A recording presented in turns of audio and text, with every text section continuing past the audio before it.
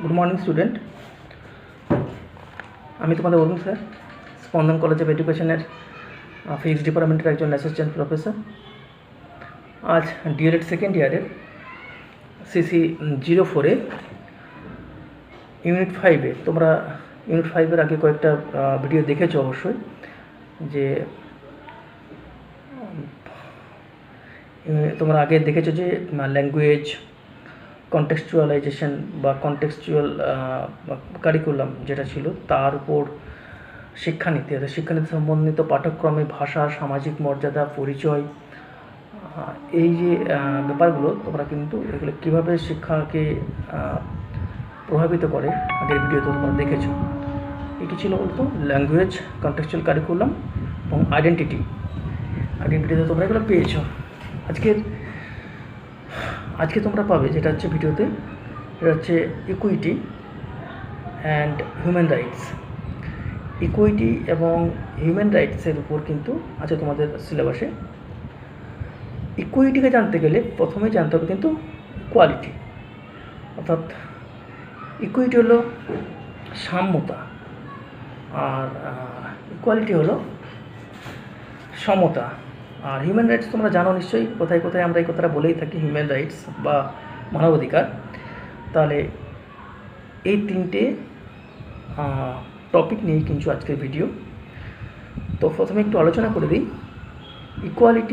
Equity and human rights কি, তার শিক্ষানীতিতে কতটা প্রভাবিত করে, এটা তোমরাই বুঝতেই পারছো। এটা কিন্তু ফান্ডামেন্টাল রাইটসের মধ্যে পড়ছে, অর্থাৎ ইন্ডিয়ান কনস্টিটিউশন যেটা আছে, সেই ইন্ডিয়ান কনস্টিটিউশনের যে ফান্ডামেন্টাল রাইটস সেগুলো কিন্তু এগুলো পড়ে যাচ্ছে। যে ল্যাঙ্গুয়েজটাও ছিল, আগে যে ছিল সেটাও ছিল, আর এই আজকে যে তিনটে পার্ট আছে খুব গুরুত্বপূর্ণ ব্যাপার, equity, equality and human rights.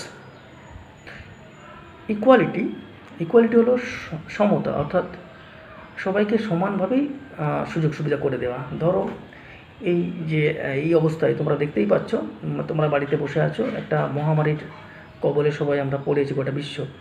এই অবস্থায় যে ত্রাণ আসছে বা কেউ কেউ ত্রাণ দিচ্ছে, কেউ পার্সোনালি দিতে পারে, কেউ স্টেট গভর্নমেন্ট এবং সেন্ট্রাল গভর্নমেন্ট, অর্থাৎ কোনো গভর্নমেন্টের তরফ থেকেই কিন্তু ত্রাণ দেওয়া হচ্ছে। এখানে দেখো, ধরো উদাহরণ হিসাবে আমি বলছি, কিন্তু এগুলো উদাহরণ হিসাবে তুমি বলতে পারো। ধরো সবাইকে 10 কিলো করে চাল দেওয়া হচ্ছে। ইকুইটিতে কিন্তু প্রত্যেককেই 10 কেজি চাল দেওয়া হবে না, প্রত্যেককে নয়, তার যে প্রয়োজন মতো। অর্থাৎ এখানে কিন্তু গরিব যারা আছে, অর্থাৎ যারা পিছিয়ে পড়া আছে, তাদেরকে কিন্তু 10 কেজি দেওয়া হলো। যাদের আছে ধরো উচ্চবিত্ত, তাদের কিন্তু কাউকে হয়তো দেওয়া হলো না, কাউকে বা 5 কিলো দেওয়া হলো, কাউকে 2 কিলো, কিন্তু যারা পিছিয়ে পড়া আছে তাদেরকে 10 কিলো দেওয়া হলো। এখানে কারণটা হচ্ছে এইভাবে দিয়ে কী করা হচ্ছে, যারা পিছিয়ে পড়ে তাদেরকে একটু তুলে ধরা, অ্যাকচুয়ালি সেটা কিন্তু ইকুইটি বলা হচ্ছে। আর ইকুয়ালিটি কী বলো তো, যে যাদের আছে উচ্চবিত্ত, মধ্যবিত্ত, নিম্নবিত্ত, প্রত্যেককেই 10 কিলো করে দেওয়া হচ্ছে। এটা হলো ইকুয়ালিটি, অর্থাৎ প্রত্যেককে সমানভাবে সুযোগ দেওয়া হলো, সেটা হচ্ছে ইকুয়ালিটি। এটা উদাহরণ হিসাবে বললাম। আর ইকুইটি তোমরা বুঝতেই পারলে, যে কোনো যে উচ্চবিত্ত যদি কেউ হয়, অর্থাৎ কারো আছে প্রচুর চাল, তাকে চাল না দেওয়া, আর যার একদম নেই তাকে চাল দেওয়া, কাউকে যার কিছু কম আছে তাকে কিছু পরিমাণ চাল দেওয়া, এটা কিন্তু ইকুইটি, অর্থাৎ সাম্যতা আনার চেষ্টা করা হচ্ছে। এটা হলো। আর হিউম্যান রাইটস হচ্ছে, তোমরা জানো যে মানবাধিকার, সেটা একটা কনস্টিটিউশনের ব্যাপার আছে। তো এটা ভিডিওতে তোমরা পুরোটাই ক্লিয়ারলি বুঝতে পারবে। যাই হোক, দেখা যাক ভিডিওটা কী আছে। যাই হোক, এখন আমরা দেখব যে এই ইকুইটি এবং হিউম্যান রাইটস শিক্ষাক্ষেত্রে কতটা গুরুত্বপূর্ণ। আগেই বললাম যে ইকুয়ালিটি কি না, সবাইকে সমান সুযোগ দেওয়া। ইকুইটি কি, পিছিয়ে পড়া সম্প্রদায় বা শ্রেণীকে একটু বেশি সুযোগ সুবিধা দিয়ে সমতা আনা, এটা হচ্ছে ইকুইটি। এখানে ডেফিনেশন দেখতে পাচ্ছ, ইকুয়ালিটি অ্যান্ড ইকুইটি। ইকুয়ালিটি হলো কোনো রকমের জাতি, ধর্ম নির্বিশেষে, লিঙ্গ বৈষম্য নির্বিশেষে সমস্ত কিছুর ঊর্ধ্বে উঠেই কিন্তু প্রত্যেককে সমানভাবে সুযোগ দেওয়া, সেটা হলো ইকুয়ালিটি। অ্যান্ড ইকুইটি কিন্তু কোনো বিশেষ শ্রেণী বা সম্প্রদায়, পিছিয়ে পড়া সম্প্রদায়, যে বিষয় বা পার্টিকুলার কোনো বিষয়ের উপর যদি দুর্বলতা থাকে, সেই দুর্বলতাকে কিছুটা পরিমাণ এগিয়ে নিয়ে যাওয়ার জন্যই তাকে যে বিশেষ সুযোগ সুবিধা দেওয়া, সেটা হচ্ছে ইকুইটি। ইকুইটি দু ধরনের হতে পারে, একটা হচ্ছে হরাইজন্টাল, একটা ভার্টিক্যাল। অর্থাৎ হরাইজন্টাল ইকুইটি হচ্ছে আমাদের ভারতবর্ষের যে সমস্ত শিক্ষার্থী আছে বা চিলড্রেন আছে, সেই চিলড্রেনগুলোকে কিন্তু স্কুলে নিয়ে যাওয়া, সেটাই হলো হরাইজন্টাল। আর ভার্টিক্যাল হলো সেই চিলড্রেন অর্থাৎ শিক্ষার্থীদের যে প্রয়োজন, অর্থাৎ তার যে নিড, সেই নিডের ভিত্তিতে বিশেষ কোনো সুযোগ সুবিধা বিশিষ্ট স্কুল বা বিশেষ কোনো সুযোগ সুবিধা বিশিষ্ট ইনস্টিটিউশনে তাকে নিয়ে গিয়ে বিশেষ শিক্ষা দেওয়া, এটা কিন্তু ভার্টিক্যাল ইকুইটি। ইকুইটি এবং ইকুয়ালিটি জানতে গিয়ে কিন্তু চলে আসছে প্যারিটি, অর্থাৎ বা সমমর্যাদা। এই ইকুইটি এবং প্যারিটির তখনই সম্ভব যখন এই হোরাস ম্যানের একটা কথা আছে, দেখো, এডুকেশন কিন্তু এই ইকুইটি বা ইকুয়ালিটি এইগুলো আনার পক্ষে সবচেয়ে গুরুত্বপূর্ণ ভূমিকা পালন করবে কিন্তু এডুকেশন। অর্থাৎ একটা পিছিয়ে পড়া সম্প্রদায়কে যতই সুযোগ সুবিধা দেওয়া হোক না কেন, যদি সেই পিছিয়ে পড়া সম্প্রদায় এডুকেটেড না হয়, তাহলে কিন্তু সেই সুযোগ সুবিধার যে মর্যাদা, সেটা কিন্তু সেই বুঝতেই পারবে না। তার ফলে কী হবে, যে তাকে ডিস্ট্রিবিউশন করা হলো, সেই ডিস্ট্রিবিউশনের যে মর্যাদা, সে মর্যাদা দিতে পারবে না, এবং সেটা অবহেলাতে সেই সুযোগ সুবিধাগুলো নষ্ট করবে অ্যাকচুয়ালি। সেখানে যে শিক্ষা থাকে, সেই শিক্ষার ভিত্তিতে কিন্তু এই সুযোগের সঠিক ব্যবহার করতে পারবে। ইকুইটি এবারে প্যারিটি জানতে গেলে কিন্তু কোয়ালিটি এডুকেশন চলে আসছে। কোয়ালিটি এডুকেশন কি না, কিসের ভিত্তিতে হবে? কোয়ালিটি এডুকেশনকে কিন্তু জানবোই যে কাজের জন্য শিক্ষা, জানার জন্য শিক্ষা, এইগুলো হচ্ছে কোয়ালিটি এডুকেশন। অর্থাৎ যে এডুকেশনটা নিয়ে আমরা স্কিল এফিসিয়েন্সি বাড়বে, সেটা হচ্ছে গুণগত শিক্ষা যেটা বলা হয়। কি করা হয় সেখানে, কি আছে না, কিছু কমিটমেন্ট ছিল, ইন্টারন্যাশনাল কমিটমেন্ট ছিল এডুকেশন ইকুইটির উপর। সেটা হচ্ছে ফ্রি অ্যান্ড কম্পালসারি এডুকেশন, বাচ্চাদেরকে প্রথম অবস্থাতেই বিদ্যালয়ে নিয়ে যাওয়া, লাইফ স্কিলিং শিক্ষা দেওয়া। আর কি করা না, অ্যাডাল্টদের মধ্যে শিক্ষার হার বাড়ানো, লিটারেসি যে রেট, সেখানে কিন্তু অ্যাডাল্টদের ক্ষেত্রে বাড়ানো, এবং জেন্ডার যে ডিসক্রিমিনেশন আছে সেটাই কিন্তু এইটাকে বিভেদটাকে ভুলিয়ে দেওয়া অ্যাকচুয়ালি। কোয়ালিটি এডুকেশন কটা ভাগ আছে, পার্টিনেন্স আছে, রিলেভেন্স, এফিসিয়েন্সি এবং ইকুইটি। এই কয়েকটা বিষয়ের উপর নির্ভর করে কিন্তু কোয়ালিটি এডুকেশন নির্ভর করে। ইকুইটি কতটা পসিবল সেটা এখানে আমরা দেখতে পাচ্ছি, যে আমরা কনস্টিটিউশনে কিন্তু এটা খুব বড় একটা পার্ট, ফান্ডামেন্টাল রাইটস, কিন্তু বাস্তব পক্ষে কতটা সঠিক আর কি, কতটা পালন করা হয় সেটা দেখার আছে। এখন দেখতে পাচ্ছি যে এখানে ইকুইটি এডুকেশনের উপর 10টা স্টেপ আছে। সেটা হচ্ছে ডিজাইন, প্র্যাকটিস এবং রিসার্চিংয়ের উপর 10টা স্টেপ হচ্ছে ইকুইটি এডুকেশনের উপর।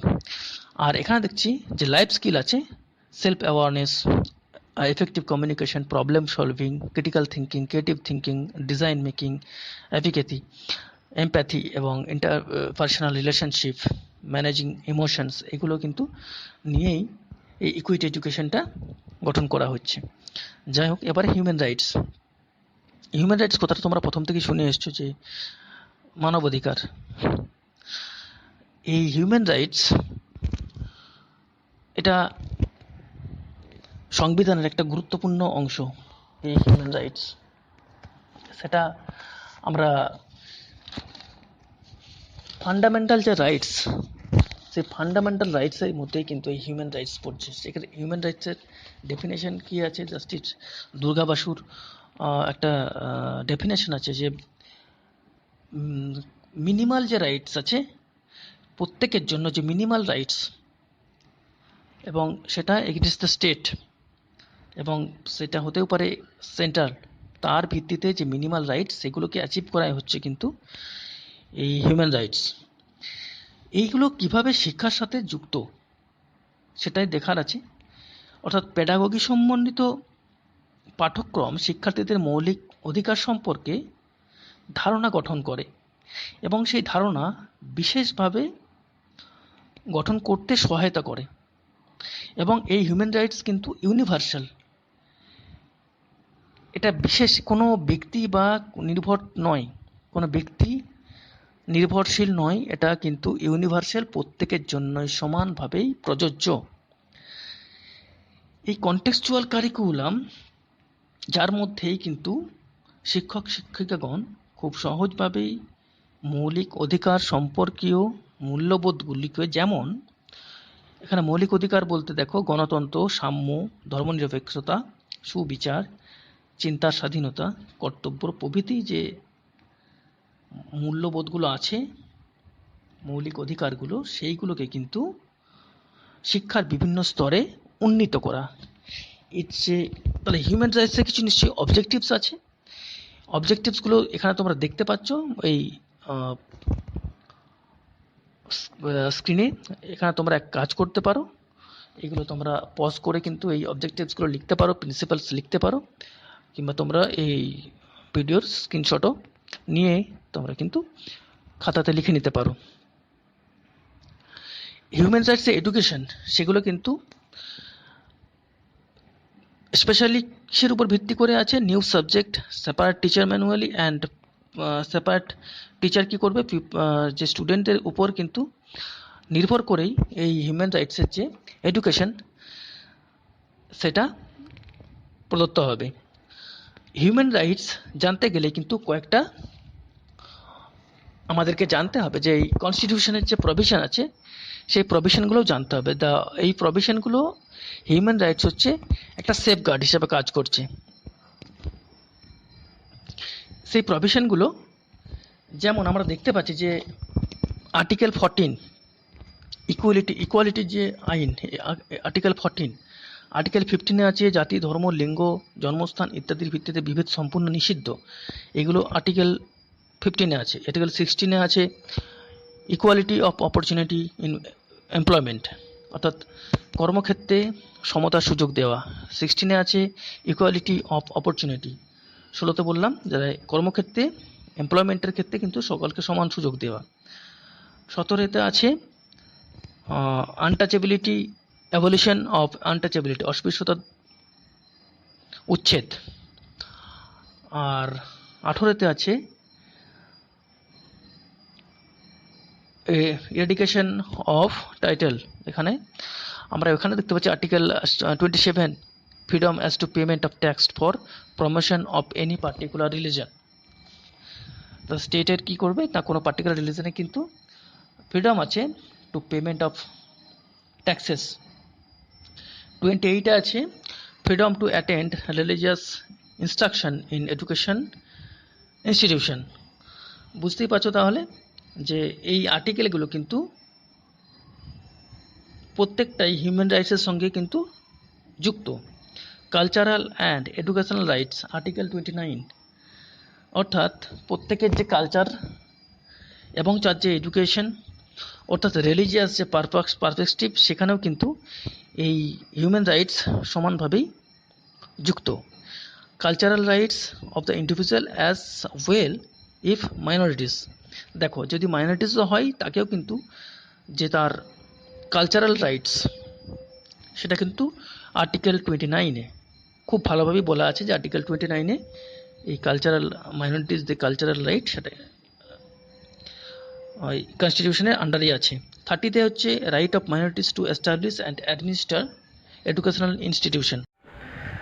যাই হোক, তোমরা ভিডিওতে দেখতে পেলে যে ইকুইটি অ্যান্ড হিউম্যান রাইটস, সেখানে কিন্তু প্যারিটি ব্যাপারটাও চলে আসছে, কোয়ালিটি এডুকেশন, এই সবগুলোই তোমরা দেখতে পেলে যে কীভাবে এগুলো এডুকেশনকে কীভাবে এফেক্ট করে, অর্থাৎ প্রভাবিত করে কীভাবে এডুকেশনকে, তোমরা এগুলো দেখতে পেলে। আশা করছি বুঝতে পেরেছো। যদি তোমরা বুঝতে না পারো কোনো একটা পার্ট, অবশ্যই তোমরা কমেন্টে জানাবে যে কোন পার্টটা বুঝতে পারছো না, বা কোনো কোশ্চেন থাকলে অবশ্যই কমেন্টে জানাবে, আমি অবশ্যই এই তোমাদের যে প্রশ্ন আছে সেই প্রশ্নের অবশ্যই উত্তর দেব। তো আজ এটুকুই। নেক্সট ডে পরের যে পার্টটা আছে, তো ইউনিট 5-এর লাস্টের অংশ, সেটা নেক্সট ভিডিওতে হবে। আশা করছি সবাই ভালো আছো আর বাড়িতে থাকো, সুস্থ থাকো।